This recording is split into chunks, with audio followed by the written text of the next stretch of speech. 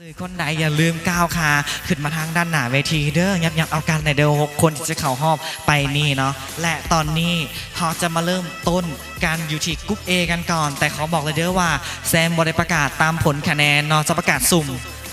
บประกาศว่าใครเป็นที่1ที่2ที่3เราประกาศไปเลยสลับกันไปเลยเด้ออย่าลืมกันแล้วกันก้าวขาออกมาเด้อให้ท่านผู้ชมได้เห็นหน้าค่าตาว่าแมนไพ่เนาะที่ว่าได้เข้าหอบกันในมือนี้เริ่มต้นจากคนอิดกันดีกว่าหมายเลข0มี0ทุกคนเลยเนาะในนี้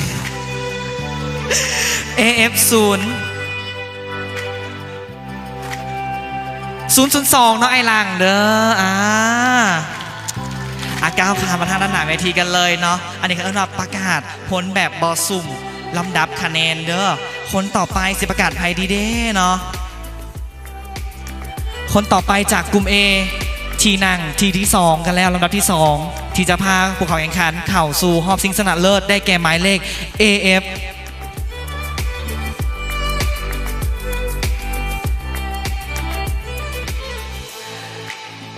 เป็นไผ่เด้เนาะ AF 001ไอแฮกเลอร์เด้อและคนสุดท้ายจากกลุ่ม A จ้าแมนไพมาลุ้นนำกันเนาะ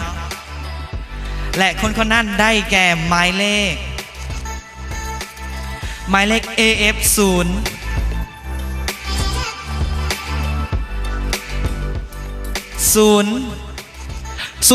เด้อสุทธิวันดาวงเด้อนี่คือ3คนจากกลุ่ม A ที่ว่าได้ผ่านเขาหอบและชิงชนะเลิศในนับต่อไปเนาะและนับต่อไปเซมจะประกาศผลที่อยู่กลุ่ม B ไพ่ที่อยู่กลุ่ม B บอกแข่งขันทันใดจะเข่าหอบชิงชนะเลิศนับต่อไปมาลุ้นนำกันดีกว่าเด้อ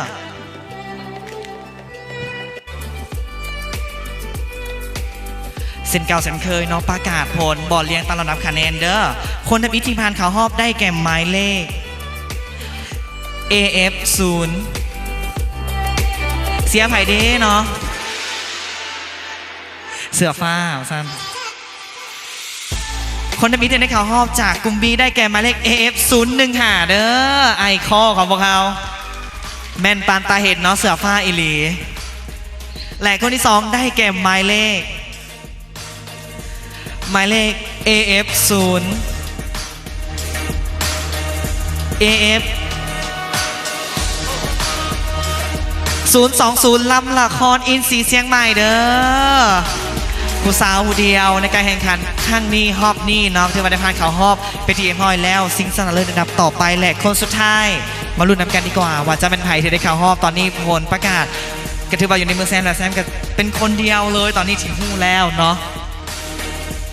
ตื่นเต้นหลายเนาะสำหรับหมายเลขสุดท้ายลำดับสุดท้ายที่หนังสุดท้ายที่จะพาทุกท่านเข้าสู่หอบซิงชนะเลิศอันดับต่อไปและคนสุดท้ายที่ได้เข้าหอบได้แก่หมายเลข AF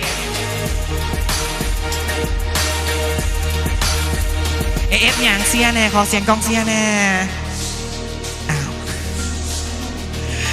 AF 0อย่างนี้เนาะหมายเลข F 012เท่าต้นไซเนี่ยวงเด้อคนสุดท้ายกันเลยเนาะและนี่คือสมหน้าทั้ง6คนบวกแข่งขันชีวัตได้ผ่านเขาหอบซิงชนะเลิศอันดับต่อไป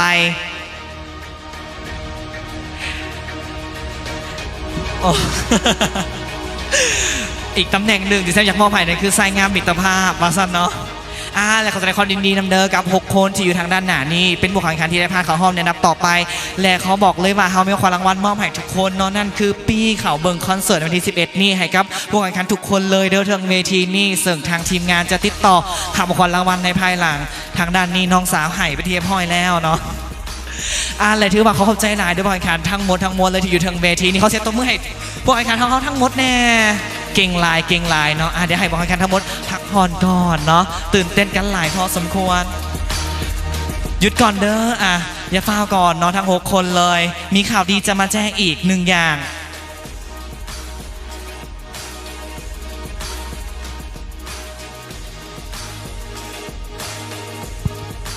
โอเคนะคือว่ากะผู้พลนะถ้าบอกงาว่าโอ้ยใจหมายใจคว่ำเนาะจำเป็นเพิ่นว่าอาจจะได้ก็ตามสำหรับผู้ที่ตกมีโอกาสแก่ตัวอยู่ฝนคะแนนโหวตเด้อ โหวตกลับคืนหนึ่งคนตามที่เฮาสัญญาไว้ว่าไผที่ได้คะแนนโหวตบ่ว่าจะเป็นทางเพจบ่ว่าจะเป็นทางFacebook เฮาจะมีการตั้งกฎกติกากันขึ้นมาสำหรับผู้ที่บ่ได้ผ่านเข้ารอบสำหรับมื้อนี้จะไปสะสมอยู่ผู้ที่บ่ได้ผ่านเข้ารอบของสายซีสายดีผู้ที่ได้คะแนนโหวตหลายที่สุดจะเพิ่มเข้ามาอีก1คนสำหรับผู้ที่เข้ารอบมื้อนี้6คนข่าวดีอย่างหนึ่งวันที่13พอกันอยู่สวนน้ำสุรินทร์สุขอยากไปบ่ นะสำหรับ6คนนะวันที่13จะไปเปิดโตและโซโตอยู่สวนน้ำสุรินทร์สุขในกลางเวนนะก็คือไปห้องโซอยู่สถานที่นั่นและก็ได้ไปโปรโมตตัวเพื่อที่จะเอานะผู้ที่อยากเข้ามาเชียร์ผู้ที่อยากเข้ามาชมผู้ที่อยากเข้ามาแข่งขันและกับผู้ที่อยากมาให้กำลังใจหมู่เพื่อนตัวนี้จะเป็นสิ่งที่แบบว่านำไปโปรโมตตัวถ้าว่าทีมงานเนาะจะมีการกะเกียมว่าลงไปจังไดจะมีการแจ้งให้ทาง6คนนี้ทราบอีกทั้งหนึ่งติดตามเนาะข่าวสารใกล้ชิดจากFacebook ห้องได้ให้รางวัลนะหรือว่าเฟซ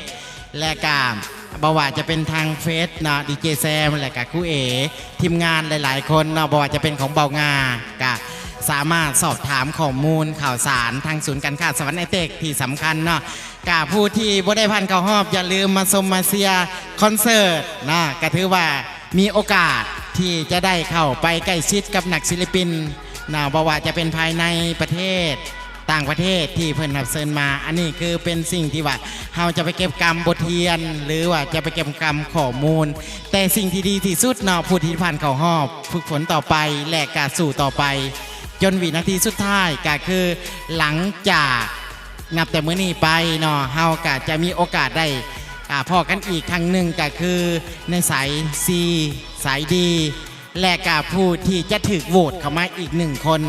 ว่าไผที่จะได้คะแนนหลายที่สุดเนาะสำหรับอยากให้ไปต่อ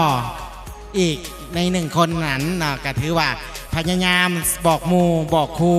พยายามนำเสนอตนเองบ่ว่าจะเป็นทาง Facebook ของตนเองเนาะก็ถือว่าบอกหมู่บอกครูให้มีการที่ว่าโหวตและก็แชร์ให้และก็กดไลค์กดแชร์ให้1การโหวตเนาะจะเป็น1เสียงในการส่งผู้ที่ว่าบริพันธ์เข้ารอบมื้อนี้ได้ไปต่ออีก1คนและก็ขอให้น้องๆทุกคนจงสั่งฝันนี่ไปอีกยาวไกลให้เบางาเติมอีกน้อยหนึ่งสาขอบใจครูเองก่อนอื่นขอใจมายังน้องๆไอ้ๆที่ให้เกียรติมาประกวดอยู่ในงานของหมู่เฮาในมื้อนี้เนาะกะฮู้สึกใจหายใจความเสียใจฮู้สึกเสียใจแล้วกันนั่งมันเป็นความรู้สึกที่แบบมันเป็นอะไรมันแบบเอาใจซอยพวกทุกคนนะแบบอยากให้ทุกคนผ่านเขาหอบอยากให้ทุกคนมีหน้ามีตาอยู่ใน มันขบกันเนาะจังได้กะเอาใจซอยทุกทานที่ตกหอบไปเด้อเนาะจังได้กะอย่าท้อแข่งกีฬาแข่งอหยังต่างๆทุกอย่างเนาะมันมี2อย่างเท่านั้น1ชนะ2บ่ชนะแต่เฮาสิเลือกว่าถ้าเฮาบ่ชนะแล้วเฮาสิพ่อบ่หรือเฮาสิไปต่อเท่านั้นเนาะสิ่งที่อยากแนะนำก็คือบ่อยากให้ท้อบ่อยากให้ไปคิดว่าหอบนี่เทื่อนี่บ่ชนะแล้วพ่อแล้วแหละบ่เอาอีกแล้วบ่ห้องอีกแล้วเอาใหม่เทื่อหน้าเอาใหม่มันสิซ้ำใดเทื่อหน้าเอาใหม่ให้มันดีกว่านี้อีกเนาะจังได๋ก็สู้ๆเด้อจังได๋ก็สู้ๆเบิดทุกทานกันแล้วกันเนาะให้โชคดีเบิดทุกทานกันแล้วกันเนาะโดยขอบใจทุกงานและนั่นถือว่าเป็นข่าวดีอีก1อย่างเนาะนะคือเขาจะเอา1คนที่ตกรอบไปแล้วกลับเข้ามาให้แก้ตัวอีก1รอบด้วยการนับผลคะแนนโหวตผ่านทาง Facebook แฟนเพจของพวกเขานั่นคือแฟนเพจห้องได้ให้รางวัล2 ท่านที่ทานกำลังขับชมไลฟ์สดในตอนนี้อย่าลืมกันแล้วกัน